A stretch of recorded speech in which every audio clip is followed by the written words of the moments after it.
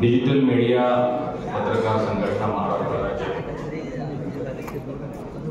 यांचं दुसरं अधिवेशन श्री क्षेत्र कनेरी मठ या पावन ठिकाणी संपन्न होत आहे। ज्यांच्या शुभास्ते आज या अधिवेशनाचा शुभारंभ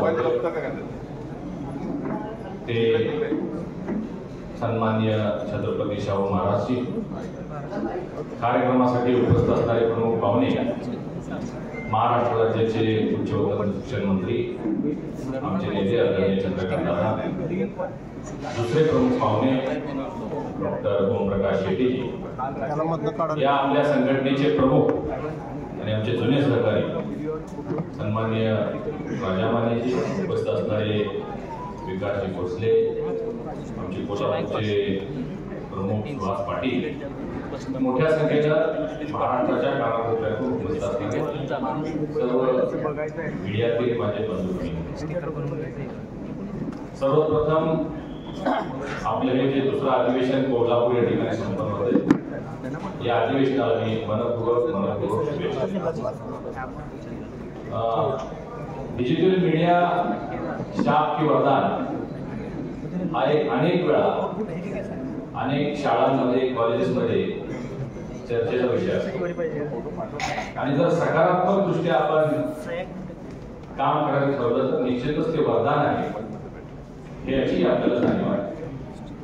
आज आपण पाहतो की या डिजिटल मीडियाचा गैरवापरही मोठ्या प्रमाणात होत आहे आणि म्हणून आपण एक पत्रकार म्हणून माने साहेबांनी ज्या पद्धतीने सांगितलं की अगदी राज्याच्या कानाकोपऱ्यात छोट्या छोट्या गावांपर्यंत हे लोक आपलं काम करतायत, आपल्या उदरनिर्वाहाचं साधन म्हणून याच्याकडे पाहतायत आणि त्याचबरोबर जिथं मोठी वृत्तपत्र, जिथं मोठे चॅनल्स पोहोचू शकत नाही अशा ठिकाणी आपण मंडळी काम करत आहात।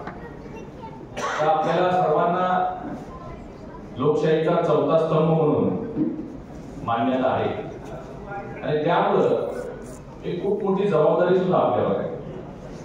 आम्ही सार्वजनिक जीवनामध्ये काम करत असताना, राजकीय क्षेत्रात काम करत असताना आम्हाला अनेक चांगले वाईट अनुभव या सगळ्याचे येत असतात। आम्ही ज्याचा उल्लेख माने साहेबांनी केला की लोकसभेमध्ये, राज्यसभेमध्ये माझा परफॉर्मन्स चांगला आहे आणि त्यामुळे अनेक क्षेत्रातले लोक विविध प्रश्न घेऊन आमच्याकडे येत असतात। त्यातलाच एक विषय हा सुद्धा की अशा पद्धतीनं या मीडियाच्या व्यक्तीकडून मला त्रास होत आहे, याच्यावर बंधन घातलं पाहिजे आणि म्हणून मी दिल्लीमध्ये कार्यरत असताना एक दिवस ब्रॉडकास्टिंग इन्फॉर्मेशन ब्रॉडकास्ट सेक्रेटरी यांच्याकडे एकदा जाऊन मुद्दाम या विषयावर चर्चा केली।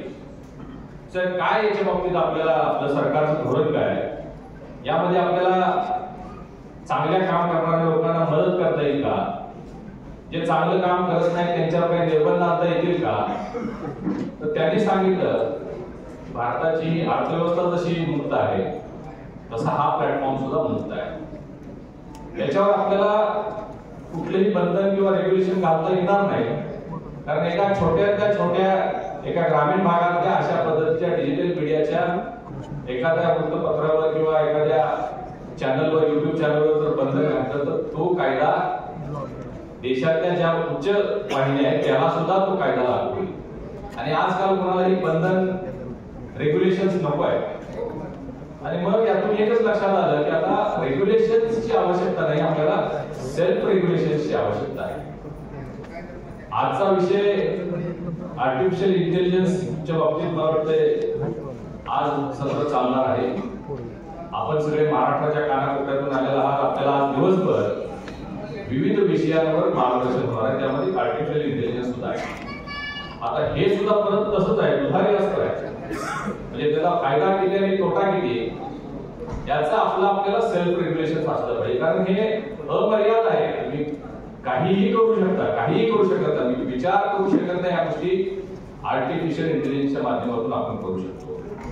त्याचा सकारात्मक वापर कसा होईल, त्याचा उपयोग कसा होईल, या दृष्टिकोनातून आपण प्रयत्नशील राहिले पाहिजे। आज डिजिटल प्लॅटफॉर्म भारतासारख्या जगात कुठेही वापरला जात नाही, सगळ्या क्षेत्रामध्ये. म्हणजे मी उदाहरण म्हणून आपल्याला सांगेन की आज आपली जी डीबीटी प्रणाली आहे, डायरेक्ट बेनिफिट ट्रान्सफर, तुम्ही बघता आज देशभरामध्ये आपल्या ज्या काही केंद्र सरकारच्या राज्य सरकारच्या योजना आहेत त्या डीबीटीच्या माध्यमातून त्या लाभार्थ्यांना मिळतात. यापूर्वी असं होत नव्हतं. 2014च्या पूर्वी आणि आता हा जमीन आसमानचा फरक आलेला आहे. पूर्वी त्यामध्ये बऱ्याच अनियमितता आपल्याला आढळलेल्या आहे, परंतु आता 11 वाजता एखादं ट्रान्झॅक्शन केलं तर 11 वाजून 1 मिनिटांनी आपल्या खात्यावर पैसे जमा होतात. तुम्ही हाही विचार करून बघा की डिजिटल क्रांती कशी भारतामध्ये घडलेली आहे की आपण एखाद्या पेट्रोल पंपावर गेलो, पेट्रोल भरतो किंवा भाजीवाल्याकडे भाजी घेतो, काही घेतलं तर अमुक 108 रुपये 26 पैसे पेट्रोल. तर 26 पैसे ना देऊ शकतो ना घेऊ शकतो. परंतु डिजिटल मग फोन पे असेल, वेगवेगळ्या गुगल पे असतील, वेगवेगळ्या माध्यमातून आपण ऍक्युरेट पैसे देऊ शकतो. आता हे देत असताना आपण कधी हा विचार केला का की माझी बँक SBI बँक आहे, पेट्रोल पंप वाल्याची बँक ऑफ महाराष्ट्र असेल आणि हे सगळं RBI निगडीत कुठेतरी HDFC किंवा ICICI सारखी बँकेला ते निगडीत असेल, परंतु मी तिथं ट्रान्झॅक्शन केल्या विदिन 1 सेकंड हे सगळं ट्रान्झॅक्शन पूर्ण होतं आणि खातेदाराच्या खात्यावर पैसे.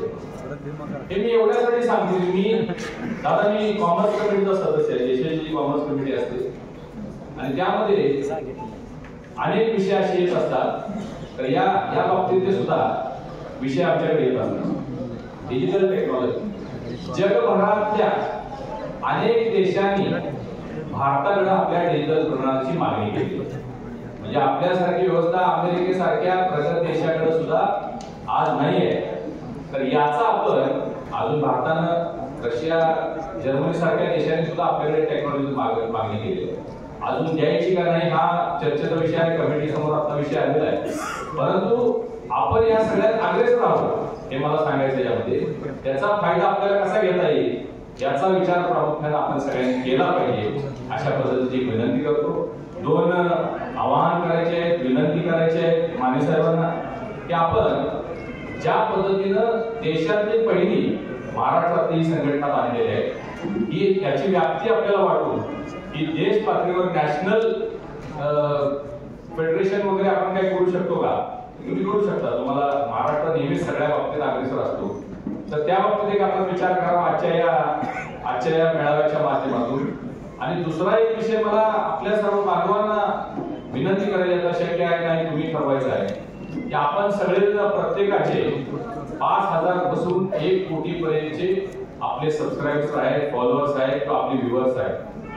असं होऊ शकतं की आपण सगळ्यांनी एकमेकाला सबस्क्राईब करायचं. किती कोटीनं तुमचा रीच वाढेल तुम्ही बघा. आज काय आहे मला माहिती आहे, कॉम्पिटिशन आहे. एका तालुक्यात 2 चॅनल असतील तर त्याचं ते असतंच. परंतु आज तुम्ही इथं आलेला तुमच्या सगळ्यांचा डेटा आज माने साहेबांच्याकडे जमा आहे. जर आपण ठरवलं हे जर नेटवर्क तुम्ही तयार केलं महाराष्ट्र राज्याचं, कारण सगळ्यांना आता घरात जाऊन टीव्ही बघायला वेळ नाही आहे, रोज सकाळी उठून पेपर वाचायला वेळ नाही आहे. माने साहेबांनी सांगितलेलं वस्तुस्थिती सगळं हातामध्ये, आपल्या हाताच्या बोटावर आपल्याला न्यूज पाहिजे. आता न्यूजचं पण काय बोलण्याची आवश्यकता नाही आहे. न्यूज पूर्वी नुसत्या न्यूज वाचायच्या, पुन्हा त्या ब्रेकिंग न्यूज मध्ये आल्या. आता त्या अति तातडीच्या न्यूज आलेल्या आहेत. पूर्वी 3 ब्रेकिंग न्यूज असायच्या, पुन्हा 10 झाल्या, आता 50 झाल्या, 100 झाल्या, तर 200 सुपरफास्ट ब्रेकिंग. हे सगळं आहे आणि हे बदल म्हणजे वाढत राहणार आहे. बदल आपल्याला काय करायची किंवा आवश्यक सूचना नाही आहे.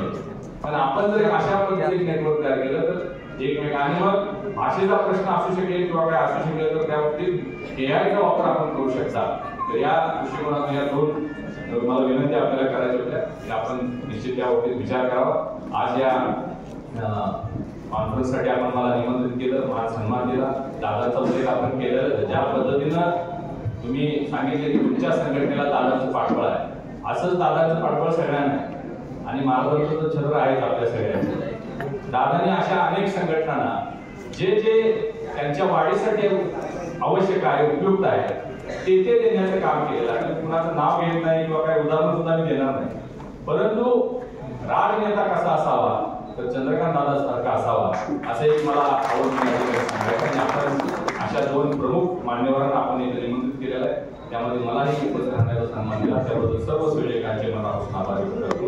धन्यवाद. जय हिंद, जय श्रीराम. अतिशय महत्त्वाच्या